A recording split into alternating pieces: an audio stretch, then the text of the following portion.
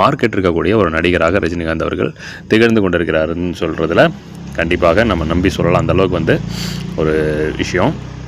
So Annamalai, பாஷா போன்ற திரைப்படங்கள், படையப்பா போன்ற திரைப்படங்கள் எல்லாம் ஒரு பயங்கரமான ஒரு ஸ்டைலிஷான ஒரு லீட் ரோல் பண்ணார். ஸோ அது மாபெரும் வெற்றி பெற்றது. அதுக்கப்புறம் சந்திரமுகியில் ஒரு ரீமேக் ஃபிலிம் அது. அந்த படமும் வந்து பல நாட்கள் ஓடின படம் அப்படிங்கிறத சொல்லிக்கலாம். ஸோ இவருக்கு பார்த்தீங்கன்னா அந்த வள்ளி, அதுக்கப்புறம் ஸ்ரீ ராகவேந்திர படங்கள்லாம் இவரே ப்ரொடியூஸ் பண்ணார். ப்ரொடியூசர் மட்டும் இல்லாமல் எழுத்தாளர், கதை வசனகர்த்தா, இயக்கமும் பண்ணார். இந்த மாதிரி வந்து அவருக்கு அது எடுப்படலை. பார்த்திங்கன்னா வந்து அந்த படம் தோல்வியே தழுவிச்சு. அதுக்கப்புறம் 2002 பாபா படமும் வந்து ரஜினிகாந்த் அவர்களுக்கு தோல்வி தான் கண்டுச்சு.